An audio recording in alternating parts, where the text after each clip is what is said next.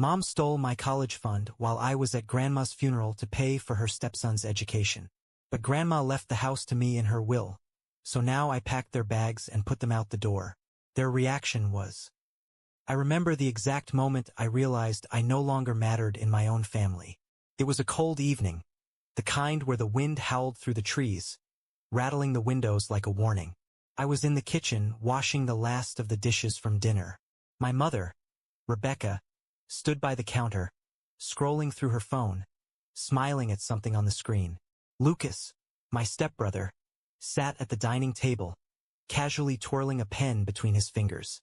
Richard, my mother's new husband, leaned back in his chair, swirling a glass of whiskey like he belonged here more than I did. "So, Lucas," Richard said, his deep voice cutting through the quiet, "have you thought about where you want to go for college?" Lucas grinned, setting his pen down. "Still deciding. NYU or maybe Stanford. But it's all about the funding, right?" My mother's face lit up. "Oh, sweetheart, we'll make sure you go wherever you want. Don't even worry about that." I stopped scrubbing the plate in my hand, my stomach twisting. Something about the way she said it didn't sit right. Richard cleared his throat. "Actually, Rebecca and I were just talking about that." My mother put her phone down and turned to me, her expression unreadable. "Evan, we need to talk." Here it was. That sinking feeling I'd learned to ignore for years reared its ugly head. I dried my hands on a towel, forcing my voice to stay calm. "What's up?" She hesitated. "It's about your college fund." A sharp chill ran through me. My father's college fund. The one he had set aside for me before he passed away. The only thing he left behind that was truly mine. "What about it?" I asked, my fingers tightening around the towel. Richard exhaled like he was the one burdened by this conversation. "Well, it's just sitting there, Evan. And Lucas, well, he has such a bright future ahead of him. We thought it would make sense to put it to good use." Silence. A thick, suffocating silence that only I seemed to notice. I let out a dry laugh. "You're joking, right?" Lucas shifted uncomfortably but said nothing. My mother folded her arms. "Evan, don't be dramatic. You're already in college. You're doing fine. Lucas needs this more than you do." "I need it. It's mine." My voice was shaking now, the anger rising faster than I could control. Dad left that money for me, not for Lucas, not for anyone else. My mother's lips pressed into a thin line. "And I'm telling you, it's not just about you, Evan. We're a family. We help each other." Richard took a slow sip of his whiskey, watching me like I was some unruly child throwing a tantrum. "Look, son, I'm not your son," I snapped, my hands curling into fists. "And you have no right to touch my father's money." Richard let out a low chuckle, shaking his head. "You've got quite an attitude, kid." My mother sighed heavily, rubbing her temples. "Evan, you don't need to make this harder than it has to be." "Oh, I think you've done a pretty good job of that already." Lucas finally spoke up, his voice careful, measured. "Look, man, if it's that big of a deal to you, I don't need the money." But my mother shot him a glare so sharp he immediately shut his mouth. And that's when I knew this wasn't just Richard's idea. This was hers. My own mother was willing to steal from me for the sake of her new perfect family. I felt something break inside me. I straightened my back, my voice calm but firm. "You're not taking my money," Richard scoffed. "And what are you going to do about it?" I looked at my mother, searching her face for something. Remorse? Guilt? Hesitation. Anything that would tell me she knew this was wrong. But she just stared back at me, unblinking. And that was my answer. I swallowed hard and stepped away from the counter, my jaw clenched so tight it ached. "You know what? Take it." My mother's expression softened slightly, as if she thought I was giving in. I shook my head. "Take it, but don't expect to see me again." And with that, I walked out of the kitchen, leaving behind the family that had already left me long ago. I didn't go back to my room that night. I walked straight out of the house, my breath forming white clouds in the cold night air. My hands were clenched into fists, my heart pounding in my chest. I had nowhere to go, but anywhere was better than staying in that house. I ended up at my best friend Jake's apartment. He didn't ask questions when he opened the door, just took one look at my face and stepped aside. Dude, what happened? He finally asked after I sank onto his couch. I let out a humorless laugh. They're stealing my college fund. Giving it to Lucas. Jake's jaw tightened. You're kidding. I shook my head. Nope. Apparently he has a bright future. And I don't need it. Wow. Jake muttered, running a hand through his hair. Your mom. I knew she was messed up. But this? This is next-level betrayal. I didn't say anything. I just sat there, staring at the floor, feeling the weight of it all sink in. So what are you gonna do? Jake finally asked. I sighed. I don't know, man. I told them if they take it, they'll never see me again. Jake scoffed. Yeah? And do you think they care? That was the worst part. I wasn't sure. I didn't go home that night, or the night after. My mother didn't call. Neither did Richard. The only message I got was from Lucas. Lucas. Hey, I didn't ask for this. Just wanted you to know that. I stared at the text for a long time before finally typing back. Me, then don't take it. He never responded. A week passed. I crashed on Jake's couch, went to my classes like normal, tried to pretend my world hadn't just collapsed. But I couldn't stop thinking about it. And then, out of nowhere, my grandmother died. I found out through a brief text from my mother. Mom, your grandmother passed away this morning. The funeral is on Saturday. That was it. No, are you okay? No, I know you were close to her. Nothing. Just a cold, clinical statement. I stared at my phone, my stomach churning. My grandmother was the only person in my family who had ever truly cared about me. She had been the one to comfort me when my father died, the one who still sent me birthday cards, the one who saw through my mother's lies and manipulation. And now she was gone. I knew I had to go to the funeral. Not for my mother, not for Richard or Lucas, but for her. The day of the funeral was gray and bitterly cold. The sky was overcast, the wind sharp against my face. I stood at the back of the church, watching as my mother played the grieving daughter, dabbing at her dry eyes with a tissue. Richard stood beside her, his arm around her shoulders. Lucas was there too, looking uncomfortable in his suit. I kept my distance. When the service ended, we walked outside to the cemetery. I kept my hands shoved into my coat pockets, my jaw clenched. I wasn't sure if I would say anything to my mother. But then I heard her talking. I just think it makes sense, she was saying in a low voice to Richard. The house is too big to sit empty. We should move in. I stopped in my tracks. She was talking about my grandmother's house. She hadn't even been buried yet, and my mother was already planning to take everything she owned. A bitter taste filled my mouth. I turned and walked away before I could say something I'd regret. But I knew one thing for certain. If my mother thought she was going to take what didn't belong to her again, she was in for a surprise. I didn't go home after the funeral. Couldn't. But I didn't have to wait long before my mother found me. She called the next day, not to ask how I was, not to talk about Grandma, straight to business. Evan, she said, her voice carefully controlled. We need to discuss the house. I let out a dry laugh, gripping my phone tighter. The house? You mean Grandma's house? The one she hasn't even been gone a full week for. Don't be dramatic, she snapped. You knew this was coming. It makes no sense for the house to sit empty when we could. We, I cut in. Who's we? She hesitated for a split second. Richard, Lucas, and I were planning to move in. There it was. The final insult. I clenched my jaw. You don't own that house. There was a pause. Then she sighed, as if I was the unreasonable one. Evan, we can work something out. It's too much for you to handle on your own. You mean it's too much for you to accept that it's not yours to take? Her voice hardened. Evan, don't start this. Grandma would want family to live in that house, not let it go to waste. I almost laughed. Yeah? Then it's a good thing she left it to me. Silence. A long, stunned silence. What? I took a slow breath, savoring the moment.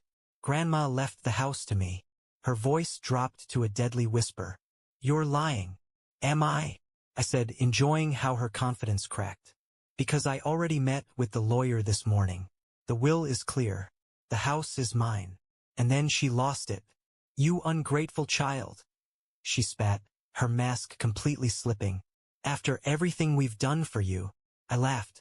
Everything you've done for me? Like trying to steal my college fund? Like treating me like I don't exist? No, Mom. This time you don't get to take what's mine. Her breathing was sharp, furious. You can't do this. You wouldn't dare kick us out. I grinned. Who said anything about kicking you out? I paused, letting the suspense build. You can stay if you pay rent. The sound of her furious breathing filled the line. You wouldn't. Try me. Then, for the first time in years, I was the one to hang up on her. And it felt really good.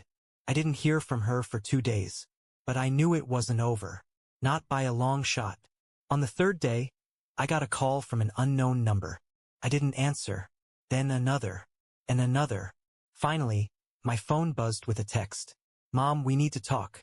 This isn't right. Evan. I ignored it. An hour later, a voicemail. Evan, you're being childish. We're your family. You can't just abandon us like this. Call me back. I deleted it. Then, just as I was getting comfortable, my phone rang again. This time it was Lucas. I stared at the screen for a moment before answering. What do you want? He sighed. Look, man, I didn't ask for any of this. I just don't want things to get worse. I almost laughed. Worse? You think things can get worse? Lucas hesitated. I know Mom screwed up. Okay? And Richard, I know he's an ass. But this whole rent thing? You don't really mean it. I leaned back, gripping the phone tighter. Oh, I mean it. Lucas let out a slow breath. Come on, Evan. You're not like this. You don't have to prove a point. I'm not proving a point, I said coldly. I'm setting boundaries. Something none of you ever respected. There was a long pause. Then Lucas's voice dropped. You know she's not gonna let this go, right? I closed my eyes. I know. And I was ready for it. I knew it wasn't over. My mother never backed down when she wanted something. And now she wanted the house. The next day, I was at work when my phone buzzed. Again. This time it wasn't her. It was an unknown number. I ignored it. Then another call. And another. By the fifth one, I picked up. Evan Carter? The voice was sharp, professional. I frowned. Who's asking? My name is Mark Dawson. I'm an attorney representing your mother and Richard Turner. They would like to arrange a discussion regarding your grandmother's estate. I almost laughed. A discussion? You mean they want to steal from me legally now? A pause. I can't comment on that, but I strongly encourage you to meet with us. It's in everyone's best interest. I leaned back in my chair, gripping my phone tightly. You can tell my mother I'll see her in court. And I hung up. That night, I got home to find a car already parked outside. Of course. I sighed, walking up the steps. Before I even reached the door, it swung open. My mother stood there, arms crossed, her face tight with barely concealed anger. Richard was behind her, arms folded like some kind of bodyguard. And Lucas, he just stood there, looking exhausted. What on earth is this, Mom? I asked, stepping inside. She didn't waste time. You've pushed this too far, Evan. We tried to talk to you civilly, but you've left us no choice. I scoffed. Oh? No choice but to sue me. Her jaw tightened. You're being ridiculous. We just want what's fair. Fair. I let out a cold laugh. You tried to steal my college fund, and now you want to steal my inheritance? What's next? My bank account. Richard stepped forward, his voice patronizing. Now, son. I turned on him instantly. Don't call me son. He exhaled through his nose, clearly irritated. The house is too much for you to handle alone. Be reasonable. We're family. No, I shot back. We're not. Family doesn't do what you've done to me. Lucas finally spoke. Evan, man, just talk to us. You don't have to do this. I turned to him. His voice wasn't aggressive, just tired. Maybe even guilty. You don't get it, do you? I said. I've spent my whole life being walked over by this family. I'm done. You can stay in my house if you pay rent. My mother's face turned red. You are not going to charge us rent. Evan, that is completely what? I interrupted. Unfair? Cruel? Unreasonable? Funny. Because that's exactly how I've been treated for years. She inhaled sharply, hands trembling with rage. We raised you. We gave you everything. My blood boiled. You raised me? Dad raised me. And when he died, you stopped giving a damn. Her mouth opened, then shut. For the first time, she had nothing to say. Richard cleared his throat, stepping forward again. If you refuse to work with us, we will fight this legally. I held his gaze, completely unshaken. Go ahead. Waste your money. The will is airtight. I checked. More silence. Lucas shifted uncomfortably, his face tense. Then my mother did something that surprised even me. She begged. Evan, please. Her voice cracked. You don't have to do this. We're your family. I stared at her. The same woman who had ignored me, belittled me, stolen from me. And now she wanted my kindness? I took a deep breath. Then I stepped closer. You can stay, I said softly. If you pay, just like anyone else. Her face twisted. You're heartless. I smiled coldly. No, I just finally learned from you. And with that, I turned and walked upstairs.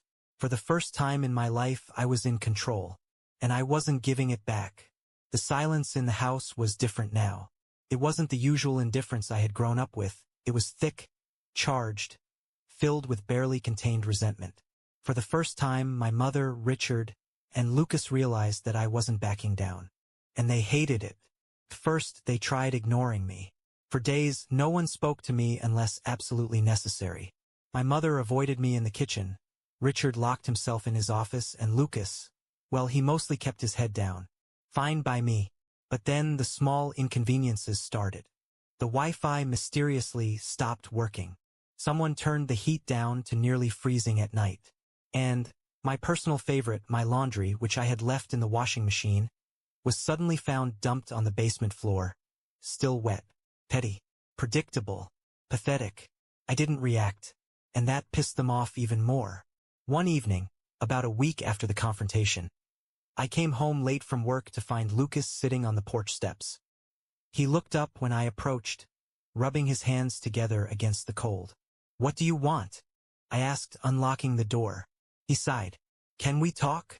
I hesitated for a moment, then walked inside, leaving the door open behind me. He followed. We sat at the kitchen table. Lucas looked down at his hands. This whole thing is a mess, man. I raised an eyebrow. For you? Or for Mom and Richard? He sighed. For everyone. I leaned back, crossing my arms.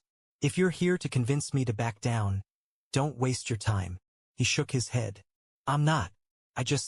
He hesitated. I don't know, Evan. I didn't ask for any of this. And yet, you're benefiting from it. Lucas winced. I didn't know they were planning to take your college fund. I swear. I studied him for a moment. I wanted to believe him. Maybe part of me even did. But that didn't change anything. You still took it. He looked away. I didn't have a choice. I scoffed. That's nonsense, and you know it. Lucas exhaled sharply. I didn't want to be the favorite, Evan. I didn't want this. I tilted my head. Did you ever tell them that? He fell silent. And that was all the answer I needed. Finally, he spoke again. You're really making them pay rent? I nodded. Yeah. He let out a small laugh, shaking his head. They're losing their minds over it. I smirked. Good. Lucas looked up at me, something different in his expression. Maybe respect. Maybe regret. I don't know how you put up with them for this long. I sighed. I don't either. For the first time in years, we sat in silence. Not awkward, not tense. Just two people who had been caught in the same toxic family. Finally seeing it for what it was. Lucas exhaled. I should go. I nodded. Yeah. He hesitated at the door. I'm sorry, Evan. I didn't reply. And then he left. The next morning, my mother broke. I was making coffee when she stormed into the kitchen, slamming a folder onto the counter. This is insane. Her voice was sharp, angry. Charging your own mother rent? Do you even hear yourself? I took a sip of my coffee, unfazed. I hear myself just fine. She jabbed a finger at the papers. We can't afford this. I raised an eyebrow. Oh? Then how were you planning to afford this house if you had one? She clenched her jaw. That's different. I smiled coldly. No, it's really not. She let out a shaky breath, switching tactics. Evan, we're family. We're supposed to take care of each other. I tilted my head. Like how you took care of me? She flinched. It's not the same. I leaned forward. It's exactly the same. You never cared when I was the one struggling. But now that you're the one paying the price, suddenly it's unfair. She stared at me, lips pressed tightly together. Then she did what she always did when she wasn't winning. She played the victim. I just don't understand where I went wrong with you. Her voice cracked, full of fake emotion. I raised you better than this. I met her gaze, steady and unyielding. No, you raised me to be useful to you. And now that I'm not, you don't know what to do. Tears welled up in her eyes, but I wasn't falling for it. Not anymore. You have two choices, I said, my voice calm. You pay rent or you move out. But you will not take from me ever again. She let out a bitter laugh, shaking her head. You'll regret this, Evan. I took another sip of my coffee. No, I won't. And for the first time in my life, I meant it. The first rent payment was due on the 1st of the month. By the time the 31st rolled around, I knew they wouldn't pay. I sat in the living room, scrolling through my phone, when I heard my mother's voice behind me. Evan. I didn't look up. If you're here to beg for an extension, don't bother. She exhaled sharply. I just need more time. I finally looked at her. You've had time. You just didn't think I'd go through with it. Her lips pressed into a thin line. You're really making your own family homeless over a stupid grudge? I smirked. No, I'm making my tenants pay rent. If you can't afford it, you move out. That's how the real world works. Her eyes flashed with anger, but she held it back. Richard and I are trying to figure something out. We just need a little flexibility. I leaned back. Richard drives a brand new car. You go to the salon every month. You had money when you thought you'd get this house for free. She swallowed hard. This isn't fair. Oh, I tilted my head. You thought it was fair when you tried to take my college fund? Silence. I stood up, walking past her. You have 24 hours. The next morning, I woke up to the sound of suitcases being dragged down the stairs. I didn't bother checking. I just sat at the kitchen table, drinking my coffee. Richard stormed in first, face red with frustration. You've really outdone yourself, kid. I smiled over my cup. And yet, I still own the house. He clenched his jaw. You'll regret this. I took a slow sip. Doubt it. He muttered something under his breath and walked out. Lucas passed by next, carrying his backpack. He hesitated in the doorway. Guess this is it. I nodded. Guess so. He sighed. You know, I don't blame you. I raised an eyebrow. But, he gave a weak smile. But I kinda wish things had turned out differently. I shrugged. Me too. And then he left. My mother was the last one. She stood in the doorway staring at me. I hope you're happy, she said, voice cold. You destroyed this family. I met her gaze. No, Mom. You did. She swallowed hard, her face twisting between anger and something else. Something that almost looked like regret. But I didn't care anymore. I watched as she picked up her bag and walked out without another word. The house was finally quiet. Not the uncomfortable silence I had grown up with. Not the forced politeness of people barely tolerating each other. Just peace. I exhaled, letting the weight of it all sink in. For the first time in my life I was free, and it felt really good. AITA for making my mother and her family pay rent? Or was I just setting boundaries? Hey, Reddit. It's been a couple of weeks since everything went down. And honestly, I don't know how to feel. For those who didn't see my original post, long story short, my mom and her husband tried to take my college fund, then tried to take my inheritance after my grandmother passed. I refused, made them pay rent to stay in my house, and when they didn't, I evicted them. Now I live alone. The house is peaceful, my finances are secure, and for the first time in years, I don't feel like I'm being used. But here's the thing. Even though I know I was right, it still feels weird. The silence is different now. Not the kind I craved when they were constantly in my space. This one feels heavier, lonelier. There's no more tension, no more fights. Just me. Sitting in this big house with nothing but my thoughts. Did I go too far? Top comment 1. Dude, you did what you had to do. They were using you, plain and simple. If they really cared about you, they wouldn't have treated you like an ATM. Stay strong. OP's response. I appreciate that. Logically, I know I was justified. But emotions don't always work logically, you know? I don't miss the way they treated me, but I guess I miss having a family. Even a shitty one. Top comment 2. You threw your own mother out on the street? Over money? Wow. Hope you enjoy your peace while she struggles. OP's response. She's not homeless. She moved in with Richard's relatives. And let's be real. She had no issue trying to screw me over financially. But yeah, sometimes I wonder if I should have given her more time. Top comment 3. Setting boundaries isn't cruel. It's self-preservation. They took from you without remorse. But now you're supposed to feel bad? Nah, don't fall for it. OP's response. I hear you. I really do. And I don't regret standing up for myself. But does standing up for yourself have to mean standing alone? Top comment 4. Hey, it's me, Lucas. I saw this post, and I don't know. I get why you did it. But you're not the only one who lost a family that day. OP's response. Man, I don't even know what to say. I didn't think you'd see this. You were always caught in the middle, and maybe I didn't give you enough credit. If you ever want to talk, you know where to find me. Final edit. I don't know if I'll ever fully stop questioning my decision. Maybe time will help. Maybe it won't. But for now, all I can do is move forward and figure out what comes next.